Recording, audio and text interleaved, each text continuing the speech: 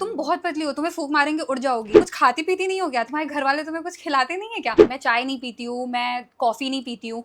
तो मैंने ये सारी चीजें छोड़ दी। मेरे को लगता था कि और काली हो जाऊंगी मैं। तुम्हारे फीचर्स बहुत अच्छे हैं, थोड़ी सी तुम गोरी होती तो और अच्छा लगता। Hi guys, welcome back to my channel let's talk podcast. और आपको मैं बता दूं, इसका नाम हमने रिसेंटली चेंज कर दिया है और इसका नाम हमने कर दिया है let's podcast with MS. MS का मीनिंग है मानसी एंड शैलेंद्र। तो चलिए आज का पॉडकास्ट शुरू करते हैं। और आज की हमारी गेस्ट है वेरी फेमस क्लासी विंग्स के नाम से जिन्हें आप जानते हैं, और उनका नाम है सुष्मिता, जो एक फैशन इन्फ्लुएंसर होने के साथ साथ मेरी बहुत ही खास दोस्त हैं। तो चलिए स्वागत करते हैं सुष्मिता का। हेलो सुष्मिता। हाय मानसी, कैसे हो? मैं बहुत बढ़िया, आप बताओ। और कैसा लग रहा है मेरे इस स्टूडियो में आके? बहुत अच्छा लग रहा है, आप बहुत अच्छा कर रहे हो। मैं लास्ट के 2 पॉडकास्ट देखे हैं, बहुत अच्छी वाइब है। Thank you so much, it's mean a lot to me. तो आज हम सुष्मिता के बारे में बहुत सारी ऐसी चीजें जानने वाले हैं जो शायद आपने सुष्मिता के मुंह से आज तक नहीं सुनी है। कुछ ऐसे पन्नों को खोलने की कोशिश करेंगे इनकी जिंदगी के, जिसके बारे में आप लोग को बिल्कुल भी नहीं पता है। और इनकी जर्नी के बारे में ऑफ कोर्स हम बात करेंगे कि कैसे इन्होंने स्टार्ट किया और अभी ये इस लाइन में आई कैसे, सारी चीजें। तो सुष्मिता, सबसे पहले ये बताओ कि आपने पढ़ाई कहाँ से करी, आप कहाँ के हो, एजुकेशन फील्ड आपका कैसा रहा और इधर कैसे आ गए? इधर मैं बहुत रैंडमली आ गई हूँ, यहाँ आने का कोई इरादा नहीं था, बिल्कुल अचानक से। मुझे लगता है कि कुछ चीजें लिखी होती हैं डेस्टिनी में, तो ये वाला वैसा ही सीन है। मैं बेसिकली बिहार से हूँ, लेकिन मैं पैदा हुई हूँ, पली बड़ी हूँ एमपी में, क्योंकि मेरे पापा की सर्विस वहीं पे थी। तो सब कुछ एमपी से है। तो अगर कोई मेरे से पूछता है ना कि कहाँ से हो, तो मैं एमपी और बिहार दोनों बोलती हूँ, क्योंकि मैं दोनों जगह से बिलोंग करती हूँ।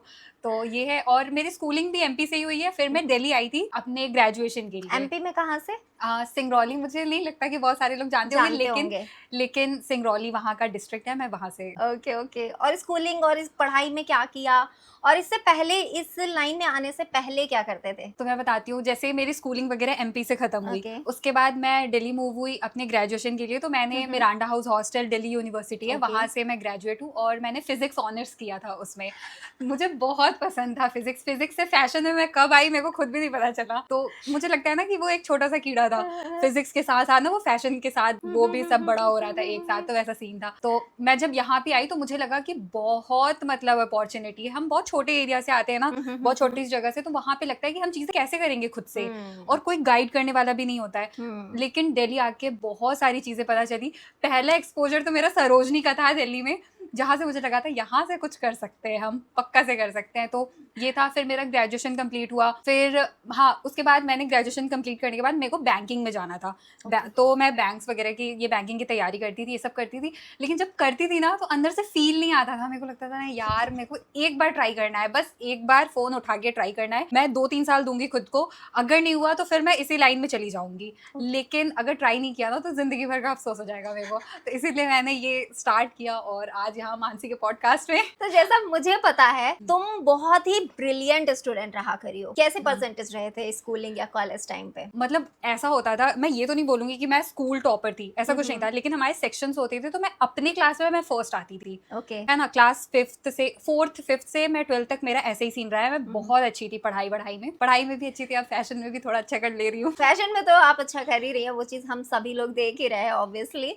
और ये लाइन तो चलो शुरू हो गई। अब मैं एक चीज और जानना चाहूंगी कि कौन सा ऐसा सन था जब आपने पहली बार शुरू करा?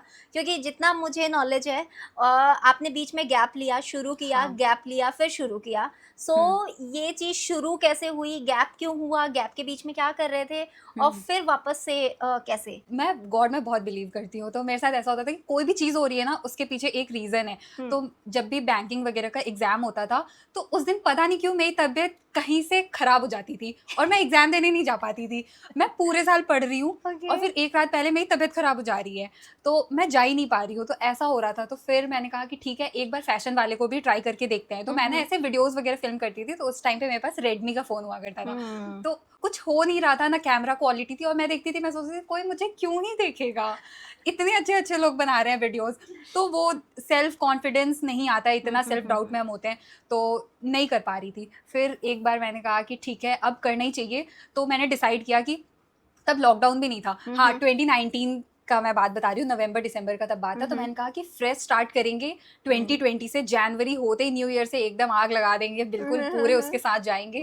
फिर जैसे थोड़ा सा स्टार्ट किया, हम घर गए होली में, उसके बाद मार्च में लॉकडाउन लग गया। फिर और मेरे घर वाले इस चीज के अगेंस्ट थे, उनका ये था कि तुम ये सारी चीजें करो शौकिया तरीके से करो, लेकिन तुम इसको अपना करियर मान के मत करो। तुम बैंकिंग करो, बैंक से आना, जॉब से आना, उसके बाद तुम ये करना, उनका ऐसा था। तो घर पे लॉकडाउन में मुझे कुछ करने ही नहीं दिया गया, मतलब कुछ भी नहीं करने दिया गया। और उस टाइम पे बहुत लोगों को बूस्ट मिल रहा था, उनके चैनल्स चल रहे थे, सब कुछ चल रहा था। और मैं सोचती थी यार मेरा चैनल भी आज चल रहा होता है इससे, अगर मुझे मेहनत करने को मिलता। तो वो टाइम बहुत टफ था। मतलब अभी तक का टाइम, मतलब जितना भी मैंने दुनिया देखा है, जो भी है, मेरा वो लॉकडाउन वाला टाइम बहुत टफ था। बहुत मतलब मिन्नतें की है मैंने घर में उस टाइम टफ भी था, और वो एक अच्छी अपॉर्चुनिटी वाला टाइम भी कह सकते हैं, है ना? जिसने उस टाइम पे सारी चीजें कर ली, I think they are in a good position and right. अभी वो अच्छा कर रहे हैं, अभी वो अच्छा कर रहे हैं और एक अच्छी पोजीशन पे हैं एटलीस्ट, क्योंकि जितना देखा है लॉकडाउन में सबसे ज्यादा इन्फ्लुएंसर्स आए हैं। हाँ। तो मेरे को भी ऐसे बोला जाता है ना कि अच्छा आपने भी लॉकडाउन में स्टार्ट किया। मैं बोलती नहीं, उससे पहले से मैंने किया है। सुष्मिता, हमने फैशन लाइन की, प्रोफेशनल करियर लाइन की बात कर ली, जहाँ पे आप अभी काम कर रहे हो, बट बात करते हैं, थोड़ा सा पीछे चलते हैं बचपन की। तो बचपन का ऐसा कोई बात शेयर करना चाहोगे, जैसा कुछ हार्डेस्ट टाइम या कोई ऐसा ट्रॉमा जो आपकी लाइफ में रहा हो, या कोई भी ऐसी चीज जो आप शेयर करना चाहते हो ऑडियंस के साथ? बचपन मेरा बहुत अच्छा बीता है। मैं पढ़ाई में अच्छी थी, इसलिए अटेंशन वगैरह सब कुछ मिलता था ना, घर से डांट पड़ती थी, स्कूल में भी सब जानते थे। लेकिन एक चीज के लिए ना जो जिंदगी भर यहाँ फिट हो गई मेरे, कि मैं बहुत स्किनी हूँ, मैं बहुत पतली हूँ। तो उस चीज को कॉन्स्टेंटली बोल बोल के मुझे फील कराया गया कि तुम बहुत पतली हो, तुम्हें फूंक मारेंगे उड़ जाओगी, कुछ खाती पीती नहीं हो गया, तुम्हारे घर वाले तुम्हें कुछ खिलाते नहीं है क्या? तो एक छोटे बच्चे के लिए ना ये सारी लाइंस बहुत हार्श हैं उसके लिए। तो मुझे लगता था ना कि मैं परफेक्ट नहीं हूँ, मैं पढ़ाई में अच्छा कर रही हूँ, तो मेरे पास एक वही रास्ता था कि इन सारी चीज़ों को साइड करके अगर मैं शाइन कर सकती हूँ तो वो सिर्फ पढ़ाई में कर सकती हूँ। तो मैं जी जान लगा के पढ़ती थी कि एटलीस्ट मुझे कहीं पे रिकॉग्निशन मिले, कहीं पे कोई मुझे अप्रिशिएट करे। वरना मेरे स्किन कलर के लिए इतना बोला गया है कि मैं डस्की स्किन की हूँ। तो हाँ, मैं एक इंटरेस्टिंग पार्ट बताती हूँ। अभी मैं हंसती हूँ उस चीज़ पे, लेकिन वो बहुत ट्रॉमेटाइजिंग थी बचपन में। बोलते हैं ना कि चाय पीने से काले हो जाते हैं, चाय पीने से नींद नहीं आती है, तो वो ऐसा फिट बैठा ना मेरे दिमाग में कि मैं आज भी चाय नहीं पीती हूँ। सच में? मैं नहीं पीती हूँ, मैं चाय लवर हूँ ही नहीं। मैं चाय नहीं पीती हूँ, मैं कॉफ़ी नहीं पीती हूँ। तो मैंने ये सारी चीज़ें छोड़ दी। मेरे को लगता था कि और काली हो जाऊंगी मैं अभी तो सब मुझे इतना काला काला बोल रहे हैं, इतनी सावली बोल रहे हैं, मुझे ऐसे बोलते हैं तुम्हारे फीचर्स बहुत अच्छे हैं, थोड़ी सी तुम गोरी होती तो और अच्छा लगता। तो इतना बुरा लगता था मुझे ये चीज़। तो वही मैंने सोचा कि मैं प्लीज़ सबसे बोलना चाहूंगी, अगर अच्छा नहीं बोल सकते हो ना, प्लीज किसी को बुरा मत बोलो, कुछ कमेंट करो ही मत, उसके ऊपर मत करो। मैं ये सारी चीजें बात करती हूँ ना तो मेरी जबान लड़खड़ाने लगती है, मतलब वो सारी चीजें बैठ गई है मेरे अंदर। और तो कहते हैं कि इस तरीके की बातें यदि आपके उस 10-15 साल के उम्र में आपको यदि कोई कहता है ना, तो वो शायद दिमाग पे और भी ज्यादा हार्डली इफेक्ट करती है, क्योंकि आप बड़े हो जाते हो तब तो आपको पता चल जाता है अच्छे बुरे, कौन सी चीज आपको लेनी है, कौन सी नहीं लेनी है, बट तब आपको समझ में नहीं आता, बस आपको दूसरा इंसान सही और खुद आप अपने आप को गलत फील करने लग जाते हो। और आई थिंक आप लोग के लिए एक बहुत अच्छा सजेशन है, अपने बच्चों को यूं ही हर चीज के लिए ना बोलें, किसी के भी बच्चों को ना बोले, एटलीस्ट उस उम्र में ना बोले। समझाने के बहुत से तरीके होते हैं, अलग तरीके से समझाएं किसी भी चीज और को। भी बहुत तरीके होते हैं किसी की तारीफ करने के लिए। अगर आपको किसी का रंग नहीं अच्छा लग रहा है तो आप उस टॉपिक को छेड़िए ही मत। आप उसकी दूसरी चीजों के ऊपर बात करिए कि तुम स्पोर्ट्स में अच्छे हो, तुम पढ़ाई में अच्छे हो, तुम कितना अच्छा कर रहे हो। आप मत जाओ उस टॉपिक पे, वो चीजें बहुत ज्यादा ट्रॉमेटाइजिंग होती है। 2-3 में मैं पढ़ती थी तब से मैंने ये सारी चीजें, चाय वाली चीजें तो मैंने बहुत बचपन से, मतलब बहुत छोटी सी थी तब से मैंने सुनी है कि चाय पीने से काले हो जाते हैं, ये हो जाते हैं। तो मतलब हम लोगों ने भी सुनी है। हाँ, तो अब किसी को ये नहीं पता चल रहा ना, बोल तो सबके घर में रहे, लेकिन किसी को ये नहीं पता चल रहा कि कौन सा बच्चा कब लगा ले रहा है उसे अपने दिल से। उसे इतना आइडिया ही नहीं है, उसे लग रहा है कि जो बड़े बोल रहे हैं वही सही है। तो लगता था ना कि हाँ, मतलब मैं इस ब्यूटी स्टैंडर्ड में मैं फिट नहीं होती, मैं इतनी स्किनी हूँ, मैं इतनी डार्क हूँ, तो मेरे पास कोई और स्केप था ही नहीं। मेरे पास सिर्फ पढ़ाई थी, शाइन करने के लिए सिर्फ पढ़ाई थी। तो बस प्लीज मत बोलना, किसी को बॉडी शेम मत करना प्लीज। तो ये जो उस समय की ये सारी चीजें थी, क्या वो चीजें अभी भी दिमाग में कभी वापस आके ऐसे टॉर्चर करती हैं दिमाग को? ये ना एक फेज होता है कि जब आप मतलब किसी अलग लेवल पे हो, किसी अलग जोन में हो, और आप सोच रहे होते हो कि मैं ये कर सकती हूँ, मैं वो अचीव कर सकती हूँ, तब तो ये सारी चीजें हर्ट नहीं करती हैं। लेकिन एक ऐसा टाइम भी आता है, आप चाहे कितने फेमस हो जाओ, आप चाहे कितना भी अर्न कर लो, डजंट मैटर, उस टाइम पे जब आप सेल्फ डाउट में जाओगे ना, तो आपको बचपन वाले ट्रॉमास हिट करते हैं कि यार मतलब मेरे को कोई क्यों ही देखेगा, मैं इतनी सुंदर हूँ भी नहीं, मैं डस्की हूँ, मैं पतली हूँ। तो ये सारी चीज़ें ना आपको हॉन्ट करती हैं, तो ये बचपन में ही नहीं, ये लाइफ टाइम का ट्रॉमा हो जाता है उनका। तो होता है ये तो सारी ये चीज़ें निकलती अभी भी, नहीं है। ये तब निकलती है ना जब आप सेल्फ डाउट में होते हो, ये चीज़ें तब हिट करती हैं। तो इस सेल्फ डाउट में क्या लगता है कि जैसे देखो ये जो इंडस्ट्री है, फैशन इंडस्ट्री एक ऐसी अनसर्टेन जगह है जहाँ पे आप अप एंड डाउन हमेशा चलते हैं, चीज़ें ऊपर नीचे होती रहती हैं, बहुत सारी चीज़ें। तो इसमें जो ये डाउनफॉल जिसको बोल लो, सेल्फ डाउट के नाम से आप बोल लो, या बहुत सारे नाम आप इन्हें दे सकते हो, क्रिएटिविटी ब्लॉक दे सकते हो, बहुत सारी चीज़ें हैं। तो ये कितना फ्रीक्वेंटली तुम्हारे लाइफ में आता है? क्योंकि एज अ फैशन इन्फ्लुएंसर हर डे एक नया टॉपिक, एक नया आइडिया एग्जीक्यूट करने को, एक हर दिन कुछ ना कुछ नया चाहिए होता है एग्जीक्यूट करने के लिए, एक नया आइडिया चाहिए होता है। तो ये जो सर्कल्स हैं, ये जो पॉइंटर्स हैं, ये बार बार दिमाग में कब आते हैं? मुझे बहुत फ्रीक्वेंटली आते हैं। मैं ऐसा प्रिटेंड नहीं करती हूँ, मतलब मैं जब मेंटली अच्छे स्टेज पे होती हूँ, जब मेंटली मतलब अच्छा कर रही होती हूँ, तब मेरे इंस्टाग्राम स्टोरीज आप लोग देखोगे, तब मैं बहुत एक्टिव रहती हूँ अपने इंस्टाग्राम स्टोरीज पे। अगर मैं अपने इंस्टाग्राम स्टोरीज में नहीं हूँ ना, तब मतलब मैं मेंटली हूँ ही नहीं वहाँ पे। मैं बस ये काम कर रही हूँ क्योंकि मुझे करना है, क्योंकि मुझे ऑडियंस लूज नहीं करनी है। तो ये जो सेल्फ डाउट होता है और बहुत सारी चीज़ें, ये बहुत फ्रीक्वेंटली मुझे हिट करती हैं। तो बस यही है कि खुद के सपोर्टर और खुद के चीयर लीडर आप ही हो सबसे बड़े, दूसरा कोई नहीं आएगा आपको मोटिवेट करने। तो कैसे तो निकलते हो इससे? मैं तो अपनी ऑडियंस और अपनी मेहनत देखती हूँ, मैं अपने घर पे बात करती हूँ क्या मैं सही कर रही हूँ। तो फिर मेरे घर वाले इतने अच्छे हैं ना, मतलब टच वुड, वो अभी इतने ज़्यादा सपोर्टिव है ना, वो मतलब दिखाते हैं कि तुमने कहाँ से कहाँ तक का सफ़र तय किया है, तो अभी तो बनता ही नहीं है तुम्हारा, डीमोटिवेट होने का सवाल ही पैदा नहीं होता है। और मेरी बहनें बहुत अच्छी हैं, वो बहुत सपोर्टिव है। बहनें होनी चाहिए, सबकी लाइफ में होनी चाहिए। वो बहुत सपोर्टिव है। इनकी सिस्टर्स बहुत अच्छी हैं। आप इनकी स्टोरीज वगैरह पे चेक कर सकते हो, इनके वीडियोस में चेक कर सकते हो, आपको इनकी और इनके सिबलिंग्स की बॉन्डिंग दिखेगी। और आगे हम एक रैपिड फायर भी करने वाले हैं जिसमें आपको बहुत अच्छे चांसेस मिलने वाले हैं। सो बी कंटिन्यू। सुष्मिता, जैसा तुम्हारा ना एक अलग अंदाज है वीडियो बनाने का, मैंने तुम्हें स्टार्टिंग से देखा है, तो ये अंदाज कब फिगर आउट किया कि आई थिंक ये मेरी आइडेंटिटी है? क्योंकि तुमने कई टाइप्स की वीडियो बना चुके हैं और मैंने हर टाइप के वीडियो ऑब्जर्व करे हैं, मतलब ऑब्जर्व करे हैं, देखे हैं। सो कैसे फिगर आउट किया कि मुझे इस तरीके के वीडियोस बनाने, कैसे पता चला? तो आपने पहले ही बोला था कि ये फील्ड ना बहुत अनसर्टेन है, आपको पता ही नहीं चलेगा कि कल क्या हो जाएगा। या तो आप कल एकदम फेमस हो, एकदम वायरल हो, या तो आपका अकाउंट ठप पड़ गया है, कुछ नहीं हो रहा है। तो बहुत, तो यहाँ पे कॉन्स्टेंटली ना मतलब ट्राई करना पड़ता है कि हिट एंड ट्रायल वाला सीन है कि मतलब कुछ फिट करके देखो, कुछ वहां पे डाल के देखो, कुछ फेंक के देखो, क्या पता वहां पे फिट हो जाए। मतलब मेरा तो यही है कि मैं इतने सारे बॉल्स फेंकूंगी उस खाली जगह पे, कुछ तो फिक्स हो जाएगा वहां पे ऐसा जाके। तो मैंने थ्रिफ्टिंग भी की है, सरोजनी वाले वीडियोस भी किए हैं। मैंने सबसे पहले ब्यूटी से स्टार्ट किया था, मैं रेमेडीज भी बताती थी। फिर मैंने फैशन वाला भी चीज किया है, मतलब बहुत सारी चीजें की हैं, तब जाके अभी तक यहाँ तक की जर्नी में तय कर पाई हूँ। तो यही सब, इतनी सारी चीज़ें, वो बॉल डालने वाली चीज़ें कॉन्स्टेंटली मैंने किया है। तो मुझे पता चला कि ये वॉइस ओवर वाली चीज़ मेरे लिए काम कर रही है, लोगों को पता चल रहा है। तो अगर आज मैं किसी वीडियो में अगर अपने वॉइस ओवर नहीं देती हूँ, तो उसमें लिटरली कमेंट्स आते हैं कि वीडियो अधूरी लग रही है आपके वॉइस के बिना, मतलब कहाँ है वॉइस ओवर, कहाँ है। तो यही है कि मतलब आपको करना पड़ेगा ट्राई, हर दिन कुछ नया करना ही पड़ेगा, क्योंकि बैकआउट करने का कोई ऑप्शन ही नहीं है। ये तो मैं प्लान बी लेकर चली नहीं थी, मेरा ऐसा था कि मतलब मुझे करना ही करना है, ऐसा था। तो इसीलिए मेरी वॉइस ओवर वाली चीज थैंकफुली अभी चल रही है। तो एक वॉइस ओवर, एक वीडियो जो 15-20 सेकंड का नहीं, आपका तो बड़ा होता है, आपका 40-50 सेकंड का वीडियो होता है। मेरी सारी वीडियो मतलब 59 सेकंड्स, 55 सेकंड, मतलब इतनी हो जाती है, 60 सेकंड्स की होती है। तो इस 60 सेकंड के वॉइस ओवर को रेडी करने में कितना वक्त लगता है? बहुत टाइम लगता है। मैंने स्टार्ट ही किया था कि मैं थोड़ी सरकास्टिक हो जाती हूँ, किसी की पड़ोसी वाली आंटी को ले आती हूँ, किसी के फूफा चचा को ले वाली थी। हाँ, तो मैंने स्टार्ट ही ऐसे किया था कि लोगों को थोड़ा सा, लोगों का अटेंशन ग्रैब कर सकूं, लोगों को थोड़ा सा रिलेटेबल लग सके। तो मैंने ये सारी चीजें सोच के स्टार्ट की थी और वो चीज मेरे फेवर में काम की। और लोगों को लगता है ना कि 50 सेकंड की तो वीडियो है, 30 सेकंड की तो वीडियो है, क्या ही जा रहा है, हलवा पूड़ी हम भी कर लेंगे, ऐसा लगता है। बहुत मेहनत जाती है स्क्रिप्ट लिखने में, हर चीज कुछ नया लिखने में, हर चीज कुछ ऐसा लिखने में कि लोगों के लिए रिलेटेबल हो, तो वॉइस ओवर में बहुत मेहनत जाती है। तो कितने घंटे? मैं तो पूरे टाइम, अगर मैं खाली बैठी हूँ ना तो मैं कॉन्स्टेंटली सोच रही हूँ। मैं ऐसा नहीं बोल सकती कि मैं अपने काम से ब्रेक ले रही हूँ, मेरा दिमाग चल रहा है वहां पे। कुछ भी ऐसे पॉइंटर्स याद आते हैं, या फिर सपोज कुछ मैं देख रही हूँ तो मुझे कुछ अच्छा समझ में आ गया कि इसको मैं अपने तरीके से कर सकती हूँ, तो मैं इंस्पायर भी बहुत होती हूँ लोगों से।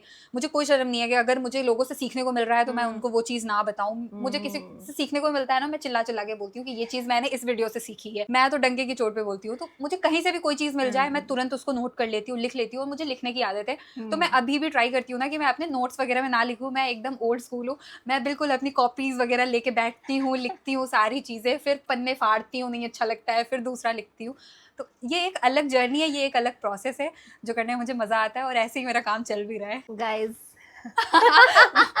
90s kids. I am also same person, लिखने वाली हूँ। मुझे भी मोबाइल और लैपटॉप पे लिखने में इतना मजा नहीं आता जितना कॉपी पेन में ज्यादा मजा आता है। We are 90s kids. हम यहाँ पे सुष्मिता का पॉडकास्ट कर रहे हैं और बट मैं अपनी बातें कर रही हूँ। ठीक है, ऐसे जोक जोक में हमारी भी बातें निकल आई है, बट ये चीज मुझे समझ में आई जितना एक चीज। और इसके बीच में जैसे आपने बताया कि खुद आपको बॉल फेंक के चेक करना पड़ेगा कि कौन सी चीज आपके लिए हिट कर रही है। इस चीज को आप अपने फेलो क्रिएटर्स को समझाओगे किसी तरीके से कि आप किस तरीके से समझ सकते हो कि हाँ ये चीज आपके लिए हिट कर रही है, इस चीज को इग्नोर मत करो, उस चीज को ही अटेम्प्ट करो। इस चीज को कुछ बताना चाहोगे अपने फेलो क्रिएटर को? तो सबसे बड़ी चीज ये आती है कि हम कोई चीज ट्राई करते हैं ना, तो हम चाहते हैं कि उसका इंस्टेंट रिजल्ट मिले हमें। तो अगर आप ट्राई कर रहे हो ना तो उसको टाइम दो। जैसे मैंने वॉइस ओवर करना स्टार्ट किया था तो वो नहीं चल रहा था, उस पे भी वैसे ही व्यूज आ रहे थे जितने कि मेरे सरोजनी वाले पे आ रहे थे, जितने कि मेरे ब्यूटी वाले वीडियोस पे आ रहे थे। लेकिन मैंने ट्राई किया, 15-20 दिन उस पर टाइम दिया है कम से कम। उसके बाद एक वीडियो से पता चल रहा है, उसके बाद धीरे धीरे कमेंट्स आ रहे हैं कि आपकी वॉइस अच्छी लग रही है, आपका वॉइस ओवर अच्छा लग रहा है, आपका बोलने का तरीका अच्छा लग रहा है। तो ट्राई करो, जितनी चीजें आपको दिख रही हैं या आप इंस्पायर हो रहे हैं, आप उन सारी चीजों को ट्राई करो, लेकिन सबको टाइम दो, अपना टाइम दो। चीजें रात भर में ऐसे नहीं हो जाती हैं चेंज, हर चीज को टाइम लगता है होने में। तो टाइम लगेगा, लेकिन आपको आपका सही चीज मिल जाएगा कि आपके लिए क्या चीज आपके फेवर में काम कर रही है, क्या नहीं कर रही है। एग्जैक्टली तो किसी भी चीज को एकदम 2 दिन में जज करने की कोशिश मत करो कि 2 दिन में आपको पता चल जाएगा कि आप क्या कर रहे हो और उस चीज से आपको रिजल्ट मिल जाएगा कि हाँ ये चीज मुझे करनी है। तो वो चीज नहीं होगी, समय देना पड़ेगा। तो सुष्मिता, जैसा मैं देख रही हूँ 700K क्रॉस कर चुके हो ऑलमोस्ट, और बहुत जल्दी 1 मिलियन की तरफ रास्ता जा रहा है।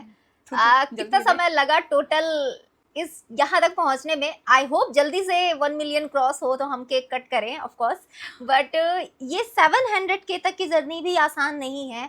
तो कितना वक्त लग गया यहाँ तक पहुंचने में डे 1 से? मैंने जैसे स्टार्ट किया था 2020 के जनवरी में, लेकिन वो थॉट प्रोसेस मेरा 2019 में स्टार्ट था, है ना, कि मुझे ये सारी चीजें करनी है, ऐसे करनी है, सब कुछ प्लान करके मैं करती हूँ तो मुझे और ज्यादा टाइम लगता है। ऐसे कुछ नहीं कि आज सोचा तो तुरंत कर देते हैं। मैं बहुत सिस्टमैटिक वे में चलना पसंद करती हूँ अपने ये सारी चीज़ों को लेके, वरना मेरा डेली रूटीन बहुत मेस्ड अप है, उसमें मैं सिस्टमैटिक नहीं हूँ बिल्कुल भी। लेकिन मुझे चाहिए था कि जो मैं करूँ वो बहुत सिस्टमैटिक वे में हो, कि इस दिन ये करना है, उस दिन वो करना है, सारी चीज़ें प्री प्लान्ड हो। अगर उस चीज़ को हम ना भी काउंट करें तो अभी तक 4 साल हो चुके हैं मेरे अकाउंट को। तो लोगों को पता चला है मेरे अकाउंट के बारे में, यूट्यूब के अकाउंट के बारे में लास्ट ईयर। तो लोगों को लगता है ना कि मतलब 1 साल में 625K हो गए इसके, है ना। उनको मतलब लगता है कि वाओ, लाइफ हो तो इसके जैसे हो, किस्मत हो तो इसके जैसे हो। लेकिन उसके पहले के जो 3 साल का जो स्ट्रगल है, जो इतना वो बॉल ट्राई किया है मैंने इधर उधर फिक्स करने का, उसकी गिनती नहीं हो रही है। लेकिन अब जब ये सारी चीजें मिल रही हैं, रिकॉग्निशन मिल रहा है, या फिर थोड़ा सा मतलब कहीं से कुछ तो हो रहा है, कुछ फल मिल रहा है अपने कर्मों का, तो अब लगता है कि हाँ वो सारी चीजें, उतना मेहनत करना वर्थ इट था। अब ऐसा हो रहा है। ओके, एक चीज और है जो मैं पूछना चाह रही थी, मैं क्या पूरी जनता इस बारे में पूछना चाह रही है, भाई मीटअप कब करोगे? मीटअप जनता मांग रही है, पूछ रही है कब करोगे? जनता जवाब चाहती है, जनता जवाब चाहती है, मीटअप कब करोगे? मैं सच बताऊं, मेरा डीएम भरा पड़ा है इस चीज से, मुझे इस चीज का अंदाजा है। प्लीज मीटअप करो या गिव अवे करो। तो मैंने अभी तक कोई गिव अवे नहीं किया है। मैंने बोला था कि हाँ मैं 500K पे करूंगी, फिर मैंने नहीं किया। मेरे को लगा कि अभी थोड़ा और जर्नी मेरे को तय करना चाहिए, थोड़ा और इस जर्नी में एंजॉय कर लूं मैं, उसके बाद जब मैं करूंगी ना मीटअप तो वो कुछ अच्छा होगा। तो सोचा तो है मैंने, आप जल्दी से 1 मिलियन करा दो, फिर मैं मीटअप करूंगी। गाइस जल्दी से 1 मिलियन कराइए, फिर ही मीटअप होगा। और ये बहुत ही स्ट्रेट फॉरवर्ड आंसर है, तो आपको जल्दी जल्दी शेयर करने हैं इनके वीडियोस। टाइटल में आपको इनके चैनल का लिंक मिल जाएगा। ओके सुष्मिता, जैसे मैंने देखा है तुम्हारे बहुत सारे वीडियोस वायरल हुए हैं, बहुत ज्यादा। अच्छे खासे। तो इस वायरलिटी के साथ साथ क्या क्या चीजें साथ आती है, क्योंकि देखो पैसा और शोहरत तो देखो आता है जब आप वायरल होते हो, साथ में बहुत सारी चीजें आती हैं, उसके बारे में कुछ बताओगे? पॉजिटिव साइड सबको पता होता है कि अब तो वायरल हो रही है, अब इसके सब्सक्राइबर बढ़ रहे हैं, अब ये कोलैबोरेशन कर रही है, अब ये हज़ारों इवेंट्स पे जा रही है, तो ये चीज़ें सबको ही देखता है। लेकिन जो एक प्रेशर होता है ना कि हर दिन कुछ करना है, कि मतलब आप एक बार जब उस स्टेज पे पहुंच जाते हो ना कि हाँ इतना वायरल हो सकता है, इतने लोग जान सकते हैं, तो हर दिन लगता है कि कुछ और करना है कि इससे ज़्यादा हो। तो वो चीज़ आप ट्राई करोगे, लेकिन लोग फिर कुछ नई चीज़ों को अप्रिशिएट नहीं करते हैं, लोगों को फिर नया तरीका पसंद नहीं आता है, बड़ा टाइम लगता है उनको कन्विंस करने में कि नहीं अब ये वाला स्टाइल भी आप देख सकते हो, या ये वाला दूसरा जॉनर भी देख सकते हो, ये भी कर सकते हैं। और वही जो बैड कमेंट्स होते हैं मेरे स्किन पे और मेरी बॉडी पे, वो मिलते रहते हैं मुझे, इतने ज़्यादा नहीं मिलते हैं, लेकिन हाँ सपोज कोई वीडियो बहुत ज़्यादा वायरल हो गई तो उसमें फिर मुझे मिलते हैं हेट कमेंट्स, तो आते हैं। और इनिशियली मैं बहुत बॉदर होती थी उन सारी चीज़ों से, क्योंकि मेरे लिए ये सारी चीज़ें बहुत नई थी। और ये चीज़ें कुछ, ये 2 टॉपिक ऐसे हैं कि जो मैं बचपन से इन चीज़ों का बोझ लेती आई हूँ, किसी को पता भी नहीं है कि मतलब इतना ज़्यादा किसी को इस चीज़ से ट्रॉमा हो सकता है, फ़र्क पड़ सकता है। लेकिन जब कमेंट सेक्शन में दिखता है ना कि कितनी भद्दी दिख रही है, कितनी काली दिख रही है, तो मुझे लगता है कि मैं अपना स्किन कलर दिखाने भी नहीं आई थी यहाँ पे, मैं फैशन की वीडियोस बना रही थी, एंटरटेन करने आई थी, कुछ तो अलग दिखाने आई थी। लेकिन लोग जब उस चीज़ पे ही स्टक हो जाते हैं तब लगता है कि पुरानी बातें याद आ रही हैं, तो ये बैड साइड है। तो ये बैड साइड है। और इस बैड साइड को डील कैसे करते हो, क्योंकि जैसे कि इस पॉडकास्ट को बहुत सारे बिगनर्स देख रहे हैं, ऑब्वियसली वो आपको देख के बहुत इन्फ्लुएंस होते हैं, बहुत सारे लोग हैं जो आपको एडमायर करते हैं, तो उनको कैसे बताओगे कि आप मतलब इन हेट्स को कैसे आप डील करते हो, ताकि वो भी सीख सकें? एक टाइम पे उनको भी ये चीज़ें मिलेंगी, जब वो वायरल होंगे तो उन्हें भी ये सारी चीज़ें आएंगी, तो वो कैसे डील करेंगे इनको? प्रॉब्लम यहाँ आती है ना कि आपके पास शेयर करने के लिए सही इंसान नहीं होते हैं, है ना, कि आपके फ्रेंड्स भी, आपका ग्रुप सर्कल भी वैसा ही है, टॉक्सिक है। तो आपको कहीं से हेट मिल रहा है ना, तो आप जा रहे हो बता रहे हो, तो लोग आपको समझाने की बजाय या आपको मोटिवेट करने की बजाय आप ही को बोलते हैं कि छोड़ देना, जब ऐसा बोल रहे हैं कुछ तो होगा। तो टच वुड मेरे पास ऐसे लोग हैं जो मुझे बहुत मोटिवेट करते हैं, मेरी बहनें, मेरे फ्रेंड्स। मेरा अब फ्रेंड सर्कल बहुत कम हो चुका है, पहले तो मेरे बहुत फ्रेंड्स हुआ करते थे, अभी बहुत कम है, लेकिन जो भी है ना सब मोटिवेट करते हैं, सब मुझे बताते हैं कि जो तू कर रही है ना वो कितनों का सपना है। तो इससे अंदर से मोटिवेशन आता है, यार शिट यार, ये यही तो चाहिए था, यही तो 4 साल पहले करने के लिए मैं इतना स्ट्रगल कर रही थी। तब लगता है कि हाँ क्या हो जाएगा, 2-4 कमेंट लिख देंगे। अब होता भी क्या है ना कि इनिशियली आप नहीं इन सारी चीज़ों से डील कर पाते हो, लेकिन जैसे जैसे टाइम बीतता जाता है ना, आपको पता चलने लगता है कि जलने वाले सिर्फ जलेंगे ही, वो कभी अच्छा नहीं बोल सकते हैं। मेरे को लगता था ना कि लाइटिंग अच्छी कर लूँ, ये अच्छी कर लूँ, वो अच्छी कर लूँ, ऐसे एडिट कर दूँ कि मैं लोगों को ना दिखे, लोगों को मेरे ये एक्नेस वगैरह ना दिखे, मेरे पूरे हाथ में एक्ने स्पॉट्स है, मेरे बैक में है, लोगों को ये सारी चीज़ें ना दिखे। मैं छुपाने में बहुत ज़्यादा लग गई थी जब लोग उस चीज़ को टारगेट करते थे। अब ऐसा है ना कि बोल लो, क्या कर सकते हो तुम, बोलने के अलावा कुछ ज़्यादा कर भी नहीं सकते हो। मेरे पास जितने लोग होने चाहिए उतने लोग हैं, उतने लोग मुझे मोटिवेट करते हैं, और मैं अब खुश हूँ। मैं तो एक लाइन में आंसर करोगे इसको? मैं एक लाइन में यही बोलूँगी कि प्लीज़ अपना फ्रेंड सर्कल अच्छा रखो, अपने घर वालों को अच्छे से रखो, क्योंकि जब तुम्हारे ऊपर बहुत सारी नेगेटिव चीज़ें हावी पड़ती हैं तो वही लोग सपोर्ट करते हैं, वही लोग आते हैं। तो एटलीस्ट वो लोग तुम्हें मोटिवेट कर पाएँ, वो लोग तुम्हें बता पाएँ कि क्या करें, इन सब चीज़ों को इग्नोर करें बस? उससे अच्छा ऑप्शन है ही नहीं। आप जब उन्हें इग्नोर नहीं करोगे, आप जब उन्हें इग्नोर कर दोगे तो उन्हें लगेगा कि उनकी बात हम तक पहुंची ही नहीं है, हम देख ही नहीं रहे हैं, तो उनसे वो और ज़्यादा ट्रिगर होंगे। तो इग्नोर करो और अच्छे लोगों के साथ रहो, अच्छा अच्छा लगेगा। सुष्मिता, जैसा मैंने देखा, तुमने अभी खुद भी बताया और ये मेरा क्वेश्चन भी था कि तुम बहुत स्पिरिचुअल हो, तो कितना विश्वास है भगवान पे? क्या लगता है भगवान पे, भगवान की मर्जी से ही सब कुछ आपको मिलता है, या भगवान के बिना भी आप बहुत कुछ कर लेते हो? या भगवान की भक्ति करना क्या है एक्चुअली में? कैसे पूजा पाठ करना भगवान की भक्ति है, इसके अलावा भी बहुत कुछ है? मुझे लगता है कि अगर कोई एक हो विश्वास करने के लिए तो हिम्मत बहुत आती है ना। तो मैं उस टाइम पे थी कि जब घर वाले इस फील्ड को समझ नहीं पा रहे थे, दोस्तों से बात हो नहीं पा रही थी, तो समझ में नहीं आता था कि आप किस पे भरोसा करोगे, किस पे ध्यान दोगे, कौन सुनेगा। तो मैं ना बस ऐसे ही बोलती थी कि हे छठी मैया ये ठीक कर देना, हे छठी मैया इतना मतलब हिम्मत देना कि सारी चीज़ें हो जाएं। तो मुझे लगता है कि अगर आप भगवान पे भरोसा करते हो ना, निस्वार्थ, बिना किसी स्वार्थ के, सिर्फ ये मांगते हो कि हिम्मत दो, तो वो उससे ज़्यादा देते हैं। मुझे लगता है ना कि मैं भगवान से मांग के ना उन्हें रेस्ट्रिक्ट कर दे रही हूँ कि मुझे बस यही चाहिए, मुझे बस 1 मिलियन चाहिए, तो मैं उनसे नहीं मांगती हूँ। मैं बोलती हूँ कि इतना देना कि मतलब भर भर के बस प्यार मिले, तो क्या पता मुझे 10 मिलियन मिल जाएगा। मैं उन्हें रेस्ट्रिक्ट नहीं कर रही हूँ, मैं इसीलिए मांगती नहीं हूँ, मैं भरोसा करती हूँ कि वो सब कुछ देंगे, लेकिन देंगे तभी जब मैं मेहनत करूँगी। तो इसीलिए मैं बस हिम्मत मांगती हूँ कि प्लीज़ हिम्मत दीजिएगा, मैं सब चीज़ कर पाऊँ बस। तो भरोसे से ना बहुत पॉजिटिविटी आती है। यस, भरोसा चाहे आप किसी भी चीज़ पे कर रहे हो, और भरोसा, और कहते हैं भक्ति सिर्फ पूजा करना या इन चीज़ों में भक्ति नहीं है, सेवा भाव में भी बहुत भक्ति है।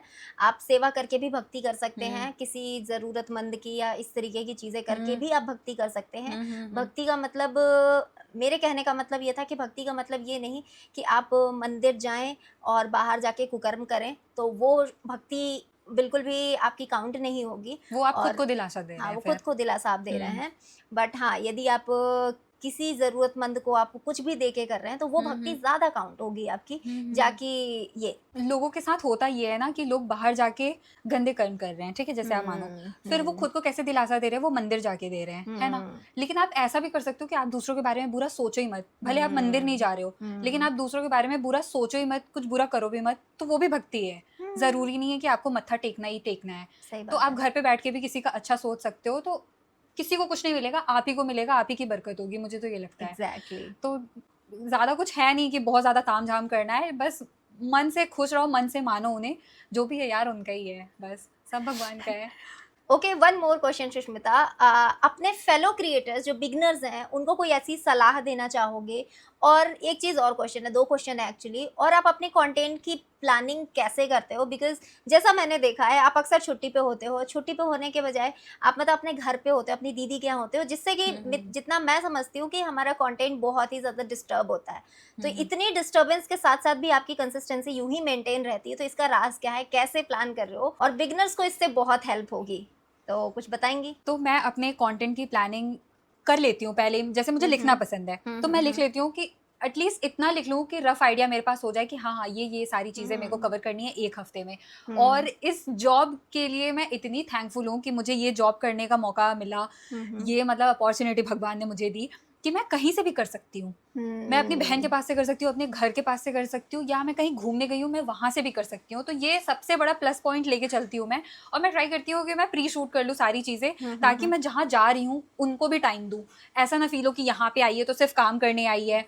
तो सारी चीज़ें प्लान करके चलो, प्री शूट करके चलो, तो कंसिस्टेंसी बनी रहती है, क्योंकि हमारे इस फील्ड में गेम ही सिर्फ उसका है। एग्जैक्टली। तभी आप कंसिस्टेंसी, आपने यदि कंसिस्टेंसी तोड़ी तो अच्छे से अच्छा चैनल डेड हो जाएगा आपका। तो यही चीज़ है। और बाकी अगर मुझे नहीं समझ में आता है या मेरे पास कंटेंट नहीं है, तो मैं ज़्यादा सोचती नहीं हूँ, मैं चली जाती हूँ, मुझे जहाँ जाना है मैं वहाँ से कंटेंट फिल्म करती हूँ अपना, मैं वहाँ से कंसिस्टेंट रहने का ट्राई करती हूँ। तो ये सबसे बड़ा प्लस पॉइंट है मेरा इस तो फील्ड का। ऐसा कुछ कहना चाह रही हो कि आप जहाँ पे भी हो कहीं से भी आप कर सकते हो काम। हाँ, तो आपके दिमाग में प्लानिंग इस हिसाब से होनी चाहिए, आप जहाँ भी हो वहाँ से आप अपने कंटेंट को, रिलेटेबल कंटेंट वहीं से क्रिएट कर सको, इस चीज़ के बारे में भी आपके दिमाग में चलना चाहिए। हाँ हाँ हाँ।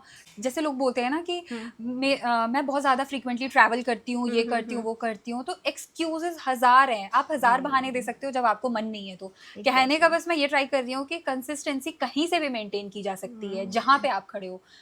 आजकल मिनी व्लॉग डल रहे हैं, फूड व्लॉग डल रहे हैं, ट्रैवल व्लॉग डल रहे हैं, तो प्रॉब्लम आ कहाँ पे रही है, कहाँ पे आप मिस कर दे रहे हो कि आप वीडियोस नहीं डाल पा रहे हो। ठीक है, आप फैशन वाली वीडियो मत डालो, आप जहाँ ट्रैवल कर रहे हो, जो जहाँ जा रहे हो वो वाली डाल दो। बस कुछ ना कुछ आना चाहिए। तो आप घर पे हो, बाहर हो, कहीं पे भी हो, बस कंसिस्टेंसी मेंटेन करना, आपका चैनल फॉर श्योर चलेगा। गाइस, आई थिंक आप लोग को बहुत सारा आइडिया ऑलरेडी मिल चुका है, और अब इससे अच्छा idea I don't think so कि आपको किसी ने दिया होगा आज तक। ओके, लास्ट क्वेश्चन सुष्मिता, और आई एम थिंकिंग कि इसका आंसर तुम बहुत अच्छा दोगी। तो आज इस सुष्मिता की एज क्या है? इस सुष्मिता की एज अभी 27 है। तो इस 27 एज की सुष्मिता अपनी उस 10 साल की सुष्मिता को कोई मैसेज देना चाहेगी? क्योंकि वो 10 साल की सुष्मिता के पास बहुत सारे ट्रॉमा थे, regarding body shaming, regarding discoloration, बहुत सारी चीज़ें थी। कोई ऐसा मैसेज, कोई ऐसी बात कहना चाहोगी उस 10 साल की सुष्मिता को? मैं जब भी ये सोचती हूँ कि मैं छोटी सुष्मिता को क्या कहना चाहूँगी, तो बस यही आता है कि मैं सिर्फ उसको भर भर के थैंक यू बोलूँगी कि तुमने बहुत एफर्ट्स लगाए हैं, तुमने स्कूल में, कॉलेज में, इस फील्ड में, हर जगह तुमने एफर्ट्स लगाए हैं। तो थैंक यू कि तुम रुकी नहीं, थैंक यू कि तुम्हें उन लोगों की बात का इतना फ़र्क नहीं पड़ा कि तुम आज जहाँ हो वहाँ तुम खड़ी नहीं हो। Thank you. मैं बस उसको थैंक यू बोलना चाहूँगी कि तुमने बहुत अच्छा काम किया है, भले उस चीज का ट्रॉमा है, लेकिन इतना हावी नहीं होने दिया है कि मैं जहां होना चाहती हूँ मैं वहां पहुंच नहीं पाई उस चीज की वजह से। तो छोटी सुष्मिता को सिर्फ प्यार है, सिर्फ थैंक यू है। मैं हमेशा ग्रेटफुल हूँ उस छोटी सुष्मिता के लिए जिसमें हर दिन एक स्ट्रगल किया है, हर दिन वो बढ़ी है ये सारी चीजों को सुन सुन के। तो बस थैंक यू है। सो स्वीट ऑफ दैट 10 साल के सुष्मिता के लिए। तो गाइज अब हम रैपिड फायर शुरू करने वाले हैं and this is going to be very very interesting and Sushmita बहुत जल्दी जल्दी जवाब देना है। मैं ट्राई करूंगी। ओके सो लेट्स स्टार्ट करते हैं रैपिड फायर। ओके। यूट्यूब और इंस्टाग्राम? ओहो, बोथ। नो नो वन, ये डिप्लोमेटिक आंसर नहीं है। ऐसे देखो यार, फिर माँ से बोला जा रहा है दो बच्चों में चुनो। प्रायोरिटी कहा जाए तो यूट्यूब, क्योंकि उस पे अर्न करने के ज्यादा सोर्सेज है, मतलब ब्रांड डील्स भी है, यूट्यूब भी पे कर रहा है, इंस्टा जहाँ पे नहीं करता है। तो दिस इज रैपिड फायर, हमें जल्दी जल्दी आंसर करना है। Okay YouTube. ओके। जीन्स और mini skirt? Mini skirt. Fitted कपड़े या कॉम्फी? फिटेड कपड़े। हील्स और क्रॉक्स? हील्स। पोनीटेल या ओपन हेयर्स? पोनीटेल। मैं आज भी पोनीटेल करने वाली थी। सिबलिंग्स और फ्रेंड्स? ओ भाई साहब, देखो फ्रेंड्स भी सिबलिंग्स बनी जाते हैं, तो सिबलिंग्स। बीच और माउंटेन्स? बीचेस। होम और ट्रैवल? होम। मैं बिल्कुल भी ट्रैवल नहीं कर सकती, मैं अवॉइड करती हूँ। ट्रैवल और मंदिर? ट्रैवल और मंदिर। मंदिर any day every day. Live और पॉडकास्ट? पॉडकास्ट। लाइव पे थोड़ा सा मेरे को दुख दुख होता है। So guys, it was a very very fun और it was a very very knowledgeable session with Sushmita. और इस पॉडकास्ट को भी हम यहीं पे क्लोज करेंगे, बट जाते जाते सुष्मिता से पूछेंगे कुछ ऐसी बातें जो वो कहना चाहें हमसे। तो कुछ भी ऐसा अपनी ऑडियंस के साथ आप शेयर करना चाहोगे? सबसे पहले तो थैंक यू मानसी, मुझे यहाँ बुलाने के लिए। और एक एक चीज़ें मैंने वो सारी शेयर की जो मैं अपने किसी भी प्लेटफॉर्म पे मैंने शेयर नहीं किया है इतने ओपनली। तो मुझे लगता है और ये सारी चीज़ें शेयर होनी भी चाहिए। तो अगर कोई भी तुम्हें कहीं से भी बोल रहा है कि तुम किसी भी फील्ड में कम हो या कहीं से भी कम हो, लुक वाइज, बॉडी वाइज या पढ़ाई वाइज, कैसे भी, तुम कहीं से कम नहीं हो। सब में कुछ अलग बात होती है, तो तुम में भी कुछ अलग बात है। तुम अपनी जगह पे बहुत अच्छे हो। प्लीज़ किसी को मत बोलने देना कि तुम ये नहीं कर सकते हो, कि जस्ट बिकॉज कि तुम स्किनी हो या फिर तुम मोटे हो या फिर तुम ऐसे हो। तो तुम सब कुछ कर सकते हो। और मैं ये बोलूँगी कि जैसे मैंने अपने मन की तो मैं आज यहाँ पर हूँ। एक बार अपने मन की करके देखना, नहीं करोगे तो ज़्यादा रिग्रेट होगा। तो इसलिए करके देख लेना, एक ट्राई दे लेना। अगर मन कर रहा है तो कर दो यार, देखी जाएगी तब की तब। और क्या। एग्जैक्टली तो अपने मन को मारो मत, अपने मन में कुछ है तो उसको करो जरूर, नहीं तो रिग्रेट रह जाएगा जिंदगी भर का। एंड यस, इसी के साथ साथ हम इस पॉडकास्ट को भी यही क्लोज करते हैं। It was a very very fun and very very knowledgeable session with Sushmita, who is very very close friend, मेरी बहुत अच्छी दोस्त है। आगे हम ऐसे ही इस पॉडकास्ट के अलावा भी मिलते रहेंगे। तो हमारे और भी वीडियोस आपको मिलेंगे हमारे व्लॉग चैनल एंड सुष्मिता के चैनल पे भी। तो आप सारे चैनल सब्सक्राइब कर लीजिएगा, मैं सबका लिंक आपको दे रही हूँ डिस्क्रिप्शन बॉक्स में। और सुष्मिता के इंस्टाग्राम हैंडल और सुष्मिता के चैनल का लिंक भी आपको मिलेगा डिस्क्रिप्शन बॉक्स में। So please do subscribe and मिलते हैं गाइस अपने नए पॉडकास्ट में किसी नए अच्छे से गेस्ट के साथ। तब तक के लिए लेते हैं विदा। Bye bye.